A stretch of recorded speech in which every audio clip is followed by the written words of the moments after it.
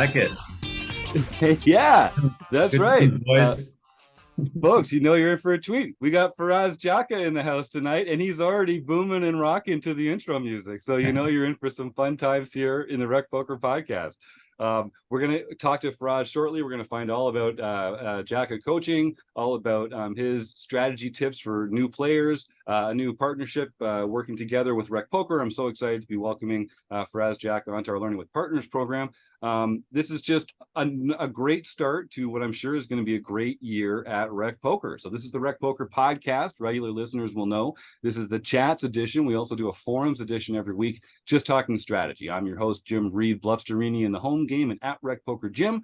And I've got the best freaking job in the world talking poker with my friends here on the podcast every Monday night at 7:30 Eastern, live on YouTube. You can join us for free and win a prize just for showing up. All right, now, before we get to the interview with Faraz, I have to thank our sponsors, the Running Aces Hotel, Racetrack, and Casino. You can find out more about them at runaces.com, and we're super excited about having another Rck Poker weekend on January 19th and 20th. So stick around to the end of the show for some more details about that. We're also going to be giving away a prize to support a local food bank donation. We've got a lot of fun stuff coming at the end of the show, and I just want to remind folks that most of what we do here is free, so our sponsors are really important to us, and so are our premium members. For less than 50 cents a day, you can come connect over Zoom with other fun, encouraging poker players like us. But if you want to join up for free, we love that. Our community partners are a fantastic part of what we do here, and all it takes is an email address and a smile. So we're so excited. I am just one member of the RECing Crew. As you know, they let me host the show on Mondays, but it takes a whole crew to make the magic happen here at Rck Poker. If you want to find out more about me or the rest of the RECing Crew, you can go to rec.poker/crew. But you can also listen up. You're going to meet a few of them here tonight on the show, starting with producing co-host John Somsky. I am John Somsky, also known as Poker Geek MN everywhere.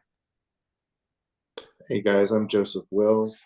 I am hockey_poker on Elon's social sandbox, and I'm also hockey_poker 702 in the home game. Hello, I'm Keith Brandt. That's Monkey System, pretty much everywhere. And he's Rob Washam, and we can't hear him right now, but he's Radman50 pretty much everywhere. And Rob, you can jump back in anytime you get that. Okay. There it is. I accidentally hit the button on my headset. Sorry. Well, we had the over under just about everywhere. We had the over under on audio miscues set at 1.5 today, so it's still within reach. I want everyone to know if you're a betting man. So I'm super excited to be welcoming Faraz Jaka to the show. If you've been living under a rock for the last couple of years, you might not know who he is. He's burst onto the poker scene. He's had some great results. He seems like a very natural coach and teacher. People are saying great stuff about his material. If you're here live on the YouTube chat, you can type your questions right into the chat box there, and we'll make sure to ask them in front of our man Faraz here. And I also want to just remind folks that we'll be doing our food bank drive at the end of the show. So start typing in the names of famous poker players so we can play Stake Study Stack with Faraz while the show at the end of the interview. Okay, Faraz, we are here, man. We did the interview. We nailed it. We only got one audio cue screwed up. I feel like this is a year of destiny, not only for us, but for you as well. Welcome to the Rck Poker podcast. Thank you. Thanks for having me. This seems like a great bunch, and yeah, looking forward to the next hour. Right on, man. Yeah, we have fun. We have a lot of fun with poker. That's one thing you can say for sure. And we love having new guests on the show to talk to about this fantastic game that we all love so much. I guess I don't want to put you in a box. I don't want to define you to our listeners. If by some chance they don't know who Faraz Jaka is, could you just kind of tell a little bit about your role in the poker world today? Yeah, I mean, I started as a player out of college. Played professionally for over 16 years now. Back in 2009, 2010, I was World Poker Tour Player of the Year. Really traveling nonstop, living out of a suitcase. Airbnb to Airbnb, staying in hostels, really living the vagabond life, and not just because of poker, just because I love that lifestyle. So yeah, that was really me for the majority of my career. I was really a hybrid between kind of the old school live guys and the new school online guys. I was kind of born right at that time when that transition was happening, and yeah, really was a big part of both. And in the last 5-6 years, At one point, I took a break from poker to pursue a startup and did that for 3 years, and then came back into, playing poker full time. Was trying to figure out, what my niche was going to be on the business side now, because, I started raising a family, and I was like, well, I don't want to be on tour all the time. I want to actually spend time with my family and raise my son. So, that's where, I fell into coaching. And yeah, it's really blown up. I started doing a little bit of coaching, and then COVID happened and there was no live tournaments to play. So I started, finally saying yes to all the inquiries I was getting. I coached over 120 people in that year and a half.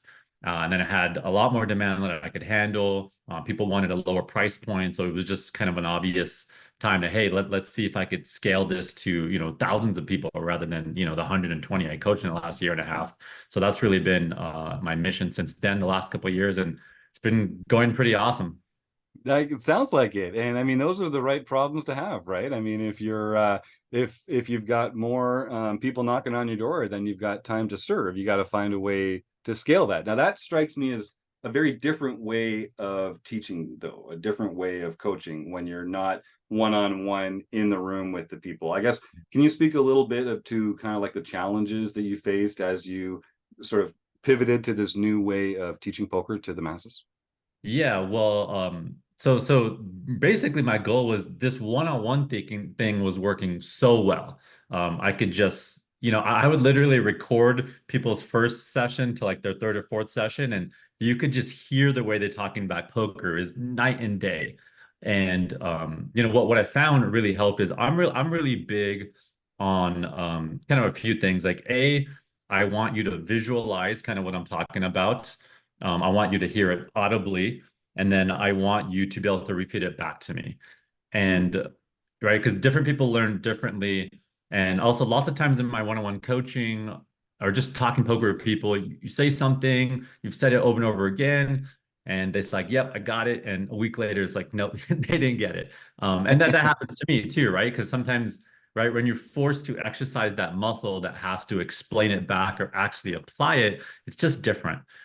So I really try to implement that into my one-on-one coaching, and I had great results there. So now it was just like, how do I take this thing that's working in one-on-one and make it work in a group format so I can hit more people and, again, teach thousands of people, not just hundreds. And right, that's why I started with the group coaching thing. And in that group coaching, I'm just very it's very active. Like, I constantly asking people, what would you do here? Why? I'm calling people out in the chat, and sometimes they're not ready to be called out, and they're like, oh crap, sorry, I kind of was like doing two things while I was watching the lesson, and then the next time they're a little more focused. And people like that, you know what I mean? Because so lots of times you just need accountability. So yeah, the group coaching sessions are very interactive like that. And I'm really selective with who I pick as my coaches. I don't want them to just be good poker players. I want them to be good teachers. And I also want to make sure we're on the same page, because I try to solve a lot of the problems that I hear people have on other training sites. And one of the things was this coach would say that, this one would say that, and kind of leave me confused. So I try to do something a little more cohesive. Even with other training sites I've been in the past, they're just like, yeah, make whatever subjects you want, whatever you think is best. Instead, I'm kind of overseeing the coaches, and I have a feel for what students need, what's already in the library, what's not. And then I meet with the coaches and I'm like, here are the list of topics. What do you think is best for you? And I talk strategy with them too. So we're really on the same page. So yeah, I jumped in a lot of different directions. No, that's what the original question was, but no, that's you put, there's a bunch of great answers in there already. I mean, we talk about just the benefit of accountability, of just having someone to work with. We talk about the difference that your brain, the different way that your brain responds to something when you're putting it in your own words and talking to other people about it, not just passively taking it in. And I think one thing that we've learned over the years is that lots of people learn differently, and they might need a different kind of voice, a different kind of coach. And so having a lot of different coaches in the stable with different specialties and different ways of communicating, that just feels like a really smart way to make sure that people that join the site find someone that speaks to them. And I try to communicate in multiple ways within the same session, because I realize there's multiple people there that may be learning different. Yeah. I'm sure it's a challenge. But I will say, I don't say this to all the guests. We have a lot of people on the show. This is episode 581, I think. And we have people say great stuff about working with you. People are excited. They feel invigorated. They feel like you're talking their language. Yeah. So I got to say, at least, the word is good, man. So like it's Thanks. working. Well, okay, sorry, I remembered you asked me what are the challenges, right? So Yeah. biggest challenge for me right now is getting better at delegating the tasks. I'm Mhm. doing a lot myself. I mean, on top of being the main coach, I'm CEO, I'm head of marketing, I'm doing email marketing, I'm writing the newsletter, I'm doing social media. Um, and I do have a team of 5 or 6 people working with me. Most are only working a few hours, some more, but I'm trying to scale up their hours. I'm trying to bring more high level people into the team. That could kind of take stuff off my shoulders that are replaceable, so that I can spend more time doing the things that only I can do. um, and that's definitely like the number one challenge right now. I think it's just kind of natural. Like, I'm 2 years into this business, and it was really important for me that early on I did everything, so I understand the intricacies. And now I can kind of have other people kind of take that over. So yeah, that's really a big focus of me this year, kind of building the team. Next year, I want to add in cash games. I want to revamp our quizzes. I want to launch some courses. So yeah, I mean, we've already have a lot of great stuff, but I have some big visions of how we're going to take it to the next level. That's awesome, man. And if people want to get more involved with Faraz, you can go to our Learning with Partners page here at Rec Poker, because we're proud to be working together to send more of our members over to JAKAcoaching. I think as you grow as an organization, that kind of feels like you're on a very natural journey of needing to find help with everything that Yeah. comes with that. We have a great crew here. We're a largely volunteer-based organization. Most of what we do is free. It's because we're all just passionate about making the recreational poker world a better place. And it won't come as a surprise to regular listeners to know that without their support and with the support of our crew, there's no way we could be doing 10% of what we do here at Rec Poker. So having the right people makes a big difference. For us, I will say something yeah. real quick just about the recreational player, since you talked about that.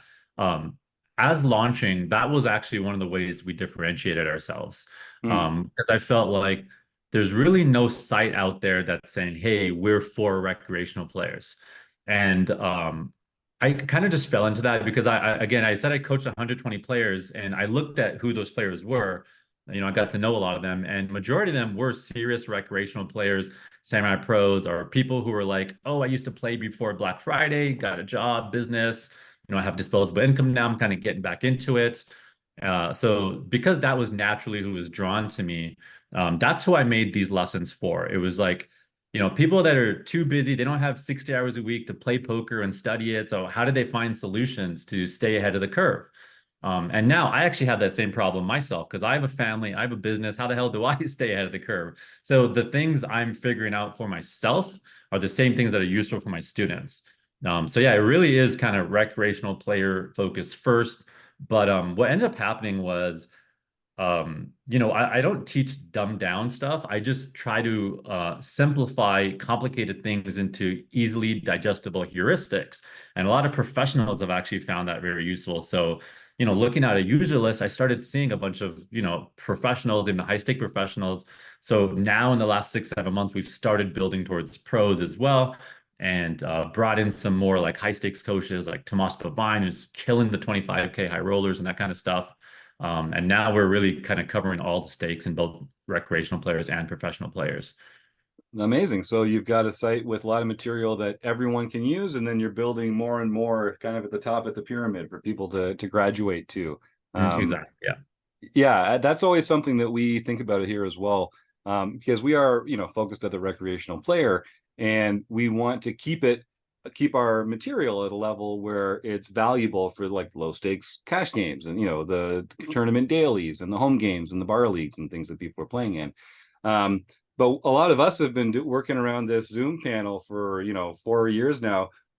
We've kind of our own thinking about poker has evolved a little bit, and sometimes it's hard to keep it focused on the real good information that is going to apply to people in the recreational games out there.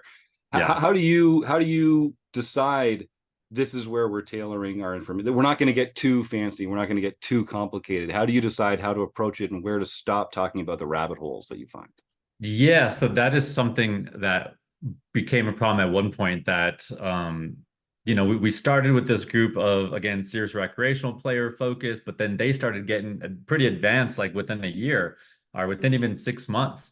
And then I'm always asking for user feedback, like whether it's like in person at the tournaments or student meetups or through emails and that kind of stuff. And people were kind of getting sick of hearing like the same stuff that they already kind of learned. So then what I started doing was we would just do like a couple good initiation periods, like WSB prep series, or like Black Friday to be a lot of new people coming in. So I just start to do more new student focused events around those periods. But also, we have our like MTT crash course, which is kind of a perfect onboarding for new students. So really just like found solutions like that. So it's like, hey, watch this course that's going to help you graduate to the weekly lessons, so that you can follow along with those. But at the same time, we're constantly mixing in kind of new student stuff as we go as well. We kind of put like a level 1 through 5 difficulty on all the lessons, so that makes it easy for people to know which one's for them. Yeah. That's awesome. And I think, a lot of newer players and even serious recreational players are still making mistakes that are fairly common mistakes. And you can learn how to avoid those along with a bunch of other people. The low-hanging fruit is still there, I think, for a lot of people at the front end of their poker journey. Yeah, and I actually can talk about what I think is one of the biggest mistakes people are doing when studying, if you guys want to talk about that. Please. Yeah, we love that idea.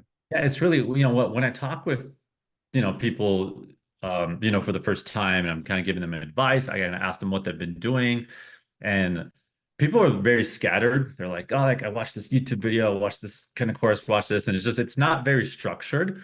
And then the other thing is a lot of and what I mean by that is there's endless amounts of material. Like you cannot study it all, right? That's like a new problem over the last decade, right? Because we just have so much stuff out there. So it's all about prioritizing the low-hanging fruit. And how do you do that? It's what are the spots that come up the most often or play for the most amount of chips the most often. And that's actually how I train my one-on-one students. And then that's actually how I've structured my MTT crash course, because that is the optimal way to do it. So in tournament poker, usually someone raises, most people fold, but the big blind usually calls because, right, they're getting a good price. They're going to be calling like 70% hands or so, and or sometimes more, depending on stack sizes and positions. So single raise pots versus the big blind. You need to be an expert at c-betting versus the big blind. A lot of people skip over that because, oh, it seems easy. You just bet most of the time, right? But a lot of people are missing when do you use larger c-bets where you bet like 2/3 of the pot? Why? What does it accomplish? What type of boards? When do you actually have a check back range? How do you balance that so it's not so obvious you just have ace king when you check back on that 6, 7, 8 board? Stuff like that. So c-betting from the big blind, 3-betting pre-flop, check raising from the big blind, right? Because you're calling all these weak hands from the big blind. And then double barreling versus the big blind, because now that you see bet, there's like 8, 10 big blinds, you're playing for a big pot. And it just kind of goes on from there. So structured study is one thing. The other thing is talking hands, documenting hands. It's crazy. I talk to so many people. They've been playing for 15 years and they don't document their hands. They're not talking hands with people. That is the low-hanging fruit. It's absolutely free. That is the number one thing I will credit to my own game to where it is. So yeah, it's a 3-step process to get good at poker. If you're a recreational player with not a lot of time, it's 1, document your hands every time you play, the tough hands. Number 2, have a community of people to talk hands with that take it as serious as you do. And number 3, watch learning content in a structured way, in that order that I kind of described. So you just do those 3 things, you will be ahead of the curve. If you're a professional, you have more time, then the 4th and 5th thing are, you play with solvers, understand the game at a deeper level. And number 5 is a lot of these solver sites now have trainers or you could train against a bot. So, you go and watch this lesson on check raising versus the big blind, you go play against the bot, that same thing, you get 50 reps in, that's going to really help you hone that in. So it's very, very simple, right? You just got to follow those steps. Yeah. Yeah, I like it. We talk a lot about the importance of like talking to friends and peers and mentors about hands. It's like you said, it's the cheapest way. It's the most active way. And it's the way that you find your leaks. You find the assumptions that you're making that are going to get you in trouble, or, Yeah, the but errors in thinking. people will spend years making mistakes, and then you just talk to one person, and that just could have saved you years. Yeah. I have a funny story. I was flying from Bahamas to Vegas just a couple of weeks ago for, from the WSB Bahamas to the WPT Win event. And the guy sitting next to me, he didn't know me. He was headed to the Win as well. I heard him kind of talking to his concierge, making some requests. And I was like, oh, I'm headed there too. And he was headed there to play the 10K. He found out I was a coach. We started talking about poker and stuff. And he basically said he kind of avoids talking poker with people because he feels like they kind of pigeonhole his strategy and he's really outside the box and he doesn't want to kind of get stuck in playing the same way everyone else does. And there is definitely some truth into what he says. Right? You do lose the creativity and some of these outside the box ways thinking because of that. But, he thought he was, very, very advanced, like really good. And like as we just kept talking, I could tell he had, a lot of leaks, a lot of things he needed to work on. He actually convinced me. He bought a one-on-one coaching session for me on the plane, and we literally did like 2 hours of coaching. And he'd learned so much. There was so much low-hanging fruit he was missing out on, and it was just because he spent all the time like not wanting to talk poker with people, or sometimes people are like embarrassed or shy to ask for help or admit that they need help. I get coaching, I study, like we all need to, like that's just part of the game. Yeah, and it's a step that I think some people feel like they need to be more serious players before they invest in coaching. But I want to just smack that idea That's a big down. mistake Like, as well. A lot of people it message really like, is. oh, I'm a recreational player. It's like, oh, like, yeah. Yeah. Then that's where the biggest gains are. You can the lowest hanging fruit is there. Yeah. And I think people like I encourage people to think about it like if you're an amateur golfer, go down to the driving range and get a half-hour lesson from the assistant pro and just smooth your swing out. You're not going to make $50 more on the greens that week, but you're going to have invested in this hobby that you enjoy. You're going to get better at this thing that you love. And in poker, you can even make more money if you get better. The way I look at it is how much time am I spending at a hobby and how much money am I spending on it? And then, the math becomes pretty easy of if you should invest either time or money into working at getting better at those things. Yeah. Yeah. And I say this often, but like I learned poker as a lurker, books, videos, listening to podcasts. I didn't join any groups until I joined Rck Poker. And I wish I'd done it 10 years earlier because just from the time I would have accelerated my learning so much quicker. I'd be playing at my A game for the last 10 years and not just the last few years, and you don't get, we're not here forever. So you have to kind of make the most of Yeah, the and I time think that this you advice have. goes for any hobby, like outside of poker too, whatever else, if you're spending that much time at it, like why not get a few hours of tips and, do things more efficiently. So the way that people learn has changed a lot. You talked earlier about how there's sort of like there's so much information out there. Opportunity cost prevents us from ever actually taking it all in. When you learned, it was a little while ago. It was in the more conventional, poker boom era. It feels like that was the current era is a much more sort of like collaborative, engaged, active learning exactly. area. What do you do now to improve your own poker play other than coaching it? Because I know coaching is a great way to improve. I literally do that list that I told you, those 5 things. Yeah, That's yeah, exactly yeah, what I do. yeah. To me, like I'm pretty busy, and I just feel like if I do those 5 things, I will keep up with the game. But yeah, every once in a while I'll take like a month period or month and be like, okay, I'm really going to study hard here. And I've bought coaching sessions from some of my own coaches. Jeremy Menard, he's much better at like online poker and like using the HUD and that kind of stuff than me. So taken some lessons from him. I've gotten lessons from Tomas Pavine, who I said, plays high rollers and has done a lot of the hardcore solver stuff. So yeah, I'm always trying to learn from, whoever might have skill sets, different than mine. And yeah, I try to go through periods where I'm more like doing deeper learning, focused on like XYZ subjects, and then during busier times, I'm just kind of doing more of that maintenance kind of study. Yeah. So let's get back to step one for a second. You talked about recording your hands. What does that mean to you, and how different is the experience of working with someone who's recorded their hands well versus someone who has not recorded their hands well? Yeah, it's funny. So I have, and I'm happy to share this if anyone wants this, if you guys want to distribute it, but I have a little document of how to document hands, and also a little 4 or 5 minute video that I send to my students. What usually happens, right, I ask someone to send hands, and they send this big long block of text, or I'll see it in our Discord channel, and it's just hard to read.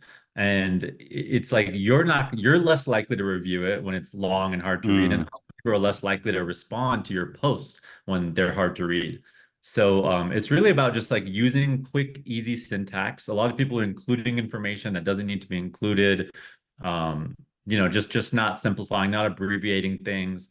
Sometimes they'll include a lot of detail of what was in their head, what they were thinking at the time. And the way I structure it is just write the action of how the hand went down, and then underneath add your reads. Underneath that, add your questions, 1, 2, 3. It's maybe easier to visualize, but I'm happy to share that if anyone wants to, and you guys could throw it in the notes or wherever you want to share it with people. Oh, fantastic. Yeah. So for us, we'll get together offline, and I'll make sure that there's a link to that short video on how to take better hands for everyone who's listening into the podcast. Just head over to the show notes and you can check that out. That's awfully generous of you. Thanks, Faraz. And yeah, I want to elaborate on that a little bit, because like everyone wants the big sexy thing of how do they get better at poker, right? and like learning how to write hands down doesn't sound that sexy, but literally that is one of the most important things. And if you can't do that, you're probably not going to be a long-term winning player. So what I find that a lot of people are missing, and a lot of training sites are missing actually, is they're not teaching people how to have, the basic infrastructure set up. How do you set up the environment to even have a chance to learn? And that's where it's about, again, writing the hands down, having the people talk about knowing how to use the tools, knowing how, and some people are just not good with tech. They don't know how to take screenshots. They don't know how to grab the hand history. So investing the time to learn those things, it seems really intimidating at first, but it's really easy once you get going. Yeah, once you internalize that kind of stuff, it does get a lot easier, and it's something that we all have to do.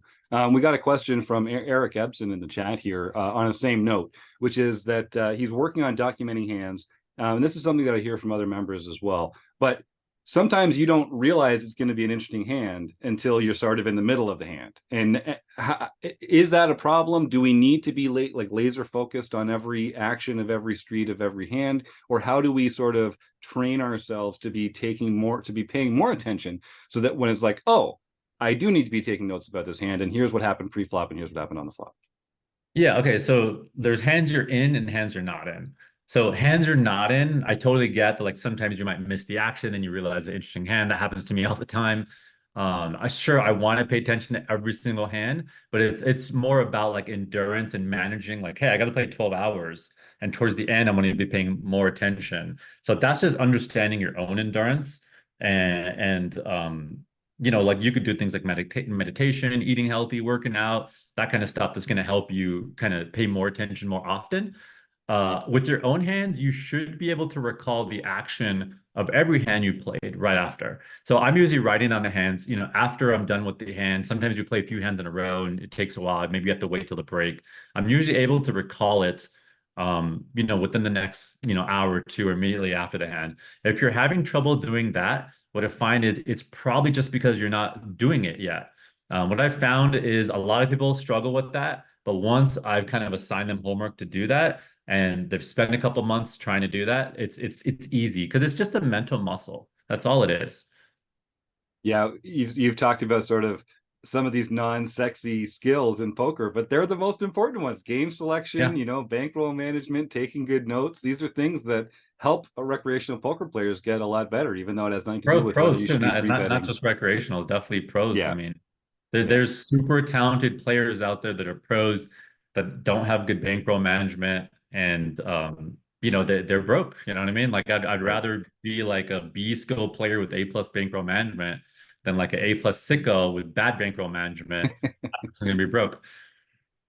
I love it. Rob, you've been patiently waiting to jump in here. And I'll remind our YouTube chatters, we're going to close down the interview soon. So here's your last chance to get any questions in. And Rob, fire away. Okay, we on the subject of hand reporting. We've been talking about that a little bit in our book study. We're going through exploitative play and live poker. And that's where Alex Fitzgerald talks a lot about taking notes on your players, taking notes on hands that you've played, taking notes on hands that you've seen. That's exactly what you're talking about. What I'd like to know, and a lot of people are asking this question of us, is how do you take notes at the table? For me, Simple. it's just a notepad. I have a notepad on my phone. Before I start to play, I'll write WPT win, 10K main event, HH, hand histories. And it's it might seem hard to do, but again, once you start doing it, and then again, you see the syntax that I'm using, I think that will help. There is also this little keyboard shortcut thing. I don't use it, but so many of my students love this thing. It's called, do you guys know what I'm talking about? Yeah, hand Hand history history keyboard is keyboard. yeah. Yeah. Go to I the use App it Store, myself. Yeah. hand history keyboard. Yeah. So I think that helps a lot too, because you don't have to write UTG. It just has a button that's Mhm. UTG. But yeah, that's the best way. Just start doing it, do the syntax, space things out. And then if we're talking about online poker, then it's just getting familiar with how to use poker Right. tracker and that kind of stuff. Okay, and live poker, so you're taking notes on hands, you're doing hand histories. How about notes on players at your table? Do you do Mhm. anything with that? Um, I don't personally, just because I'm not playing enough volume that I think it's worth kind of documenting that. But I do know players that are keeping databases of reads on players and that kind of stuff. I think if you can do it, sure, that's a great idea. I think it matters more in smaller player pools. So I know some of the guys playing, the 100Ks, 25Ks, it's kind of a select group of people playing that. You're against the same guys over and over again. So they may keep track there. Definitely online, I for sure do that. I'm writing notes on, players. Like if I find mistakes or leaks or bet sizing tells, I'm definitely writing that kind of stuff in the notes. Yeah, I have the same experience. I think when I'm playing in a group of people, let's say you're playing in a daily at at the Orleans or something, you're going to see a lot of people that you're probably never going to see again. Yeah. So it's not that important to take notes on those players. But then you look back at some of the notes I've taken on venues where I play over and over and over again, where you see the same people over and over and over again. I've got extensive notes on a lot of those I players. will say something that is very helpful is, I have my strategy group chat with the players that, I talk hands with, and, we'll be at events. And then when someone's deep, we'll, be like, hey, this is my table. Anyone know anyone? Maybe show a photo. And I'll get friends to be like, hey, this guy played this hand like this. Oh, this guy, seems really advanced. So having that community does help kind of like collectively recall hands. Right on. So I'll ask one more question before we get to our stake study stack and closing the action with you, Faraz. What's one thing that you love most about owning and operating your own training site? Um, I'd say two things. I mean, one is definitely like I'm a super social person. I love meeting people. I love meeting people from different backgrounds. One thing I always wanted to avoid doing is like you're in one industry, you hang out with people and friends in that industry, and then you're kind of in this bubble. Poker was always super interesting to me from the beginning because, I'd be flying over from college to, the Bellagio, playing 10-20 no limit, way out of my bankroll at the time. And I'm sitting next to like, like a movie star, like, Nelly, like a math teacher, a professional poker player, and just like all this mix of people that would never normally sit down next to each other. I think that's really cool about poker. And now, as a coach, I'm naturally just like meeting people that are from, doctors, lawyers, business people, like other parents. So as a social person who likes to meet other people, it's a really cool way to filter in like really awesome people. Most people that have disposable income to play poker are, successful in their life, and there's something you can learn from them. So I really like that aspect. The other aspect is the flexibility. Like I can go wherever, I can work, I can be with my family. That's the second thing I love about it. And I guess I'll ask one follow-up question from that, which is, do you still love the game of poker? Is it still something that excites you, or is it more of sort of? Absolutely. I mean, I'm a big believer that if you don't love what you're doing, you just shouldn't be doing it. You're not going to do a good job at it. Go find something else that pays less. And, if you're passionate about it, it's probably going to work out better for you, whether it's making more or you're just happier. That's a great tip. All right. So folks, if you want to start typing the words food bank into the chat, as soon as the interview with Faraz is over, we'll roll the magic die of infamy and see who is going to win a great prize this week. Faraz, we're going to play 2 quick games first, and then we're going to let you go. Thank you for your time today. The first is called Stake, Study, Stack. And this is much like a game you might remember when you were a kid, called Marry. You're going to get 3 names. You have to choose someone you could marry, someone you could spend the night with romantically, and someone that you could do something violently with. Our version is only poker players, one that you can stake in a tournament or cash game, one that you can study with, and one that you can stack at the tables while you're sitting across the field from them. Okay, hold on. You said someone I could stake, someone I could study with, and what was the other one? Stack. You gotta I can take all their chips. Now I'm going to give Okay. you 3 names. All you need to do is tell me which is which. Okay. So Okay, you're going to give me 3 names and I got to categorize them. Okay. That's it. So these are the 3 names that we got from our YouTube chatters. They are they're all in the realm of poker coaching as well, it seems like. So this makes a lot of sense. So you have to choose Stake, Study, Stack, sir. Doug Polk, Matt Stout, Chance Cornuth. Okay. Wait, sorry, it was Doug, Chance, and who was the other one? Matt Stout. Oh, Matt Stout. Okay. So Stake, Study, Stack in any order of your choosing. I have one answer already. I'm just making sure I don't want to move things around. Very calculated. You want to have the optimal possible answer. And it was study, Stake, stack, and study, what was the last stack. One? Stake, study, stack. Oh, stake. That's tough because study and stake are pretty.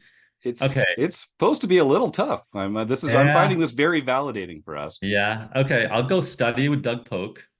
Definitely does, a lot of, high level study that I think would be an interesting person to study with.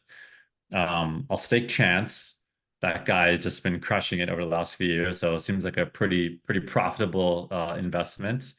And then sorry, Matt Stout. You know what? I used to battle with Stout quite a bit, and I'd stack him, and he'd just have this look on his face, and why not?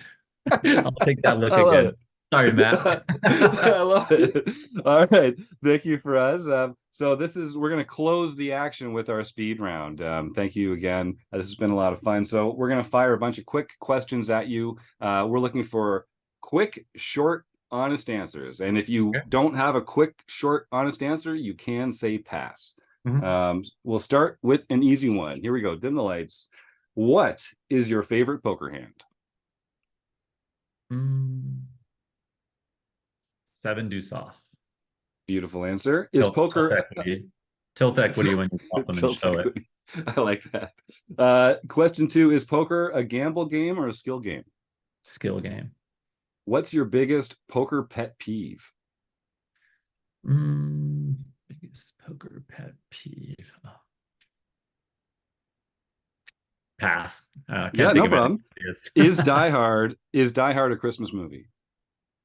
Die Hard a Christmas movie? No. No. Is Ace King a drawing hand?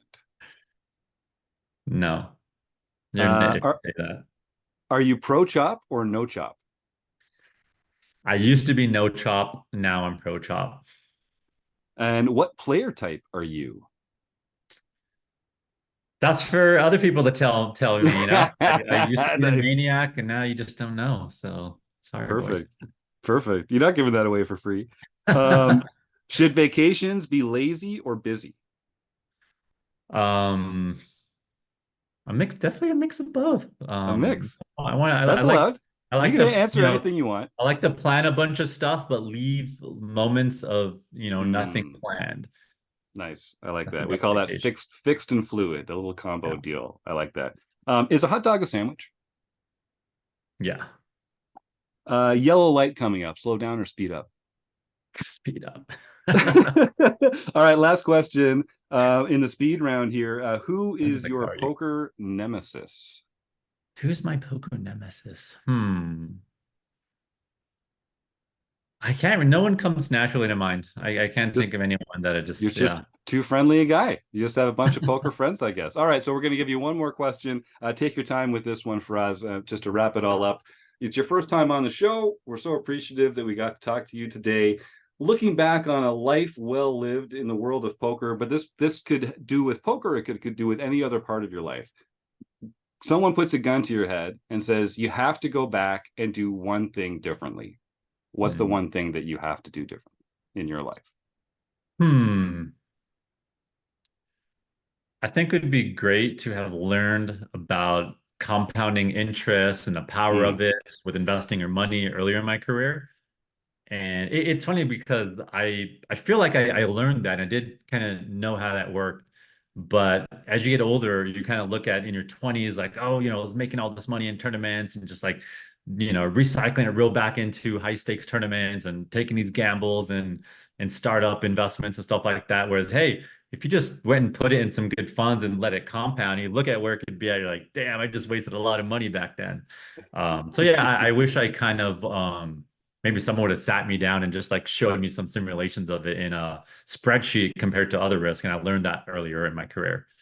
That's a good answer, and something I think a lot of people should listen up to if you're an aspiring poker pro. If you're someone that's a little younger than Faraz and I, maybe it's not too late for you. Get on that compound interest trade. Good answer, Faraz. Thank you. So we're going to continue with the show, talk about some home game results, some goals we've got for 2024. I'll take our listeners, our audience behind the curtain here. Faraz has offered to join us a little later tonight in the forums edition of the podcast to talk some strategy features. So if you're watching this live on YouTube and you're a premium member, feel free to join our Zoom at 9:00 Eastern, like we do every other week here on the Rck Poker podcast. Is that one also live?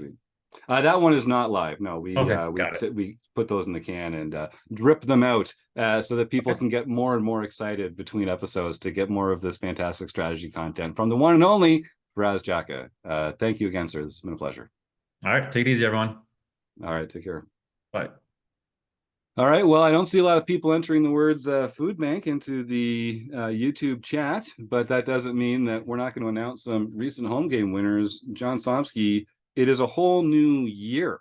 We have a whole new season in our Player of the Year race. We've got first Wednesday of the month tournaments coming up, second Wednesday of the month tournaments coming up. There's a lot to go over. Why don't you dive right in there, boss?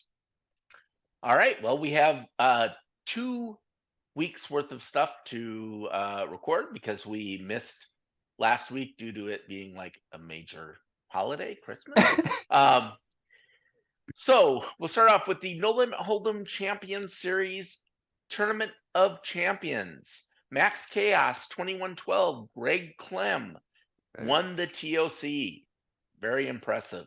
Way to go, Greg. Congratulations, man. Way to go. That's fantastic.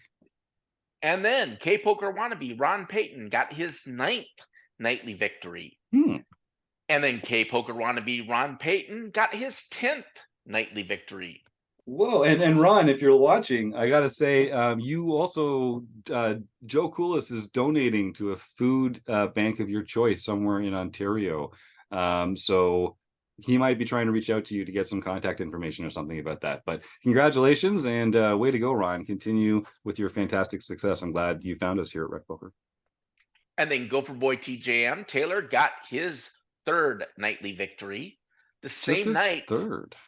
Gopher Boy, well, for the year. Yeah.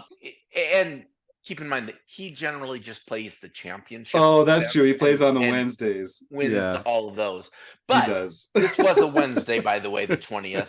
And we had a mixed practice event, which Gopher Boy TJM Taylor also won, got his 2nd mixed practice victory for the year. Wow. Then Johnny Quattro got his first, or her, screen name is Johnny Quattro, so I'm not going to Make your own assumptions, Judd. international victory for the year. E. Anderson 85. Eric Anderson got his second international victory for the year. And Aces 54320. Kathy Chang won the LPP event, so she can contact info at rec.poker for her free month at Learn Pro Poker. And also a happy belated birthday to Kathy Chang, who I think celebrated a birthday just the other day. I saw on Twitter. So thanks, Kathy, for your contributions to our mixed game podcast episodes, and happy belated birthday. And also happy belated birthday to Michael Babker. I'm giving him 3 in a row, 3 episodes in a row. Michael, thank you so much for all your support. I hope you had a fantastic birthday and a great end to 2023. Next, we have the Mixed Game Championship Tournament of Champions, and none other than pet vet Kim Kilroy won that TOC event. No surprise. That was also her 50th lifetime victory, which entered her into the Silver Lifetime Achievement Club.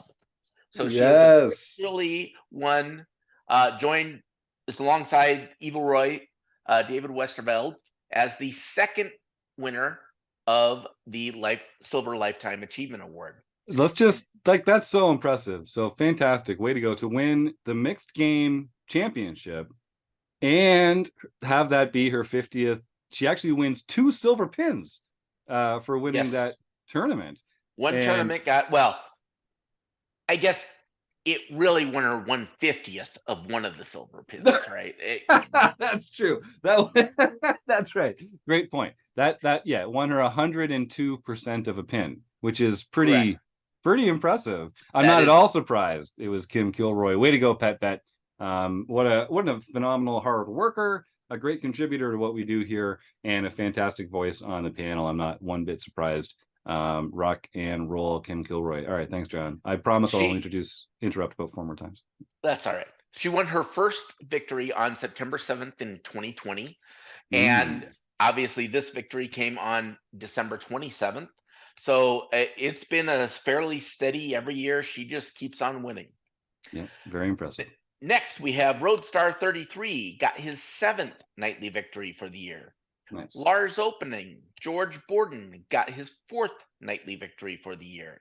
E. Anderson 85, Eric Anderson got his 4th nightly victory for the year. And then the same night, Eric Anderson, E.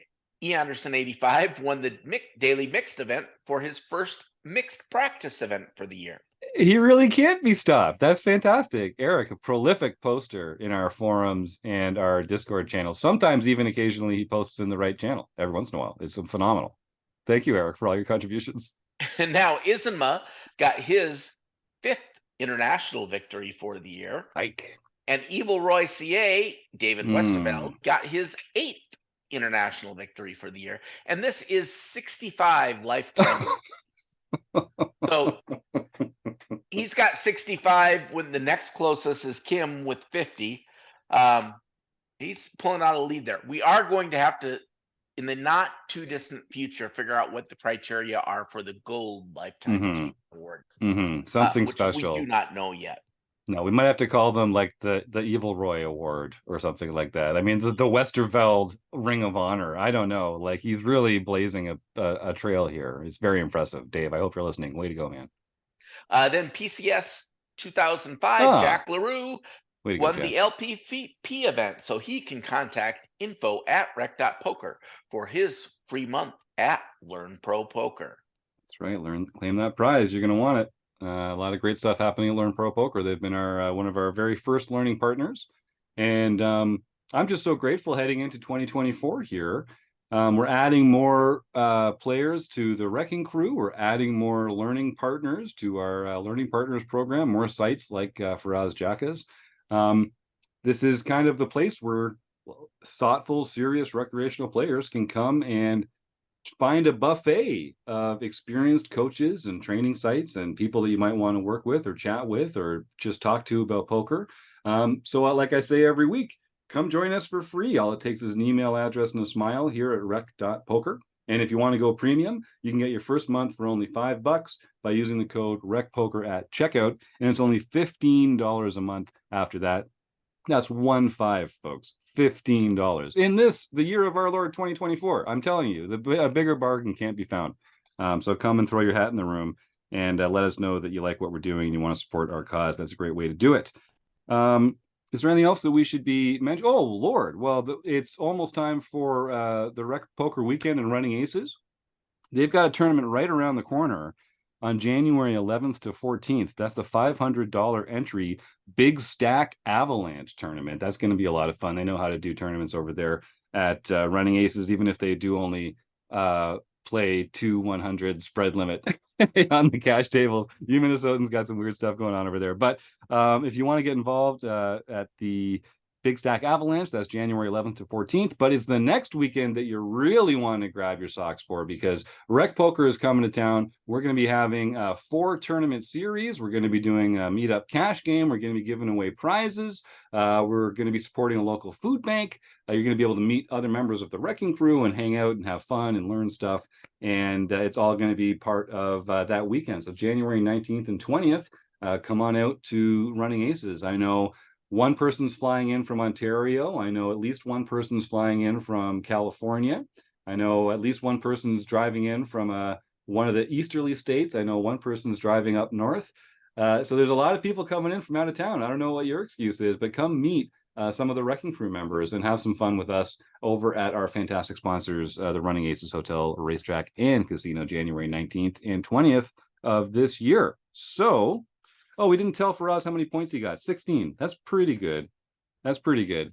Doesn't look like we've got much else to add to the show here tonight. I want to wish everyone a fantastic new year, a great start to 2024. I want to thank our YouTube chatters. Of course, Joseph, Rob, Keith, and John here on the RECing Crew, without whom we couldn't do what we do. But mostly you, the listeners. We love doing this podcast. It's so much fun. Please rate and review it and tell us you enjoyed it as well. Have a great start to 2024, folks. Next week.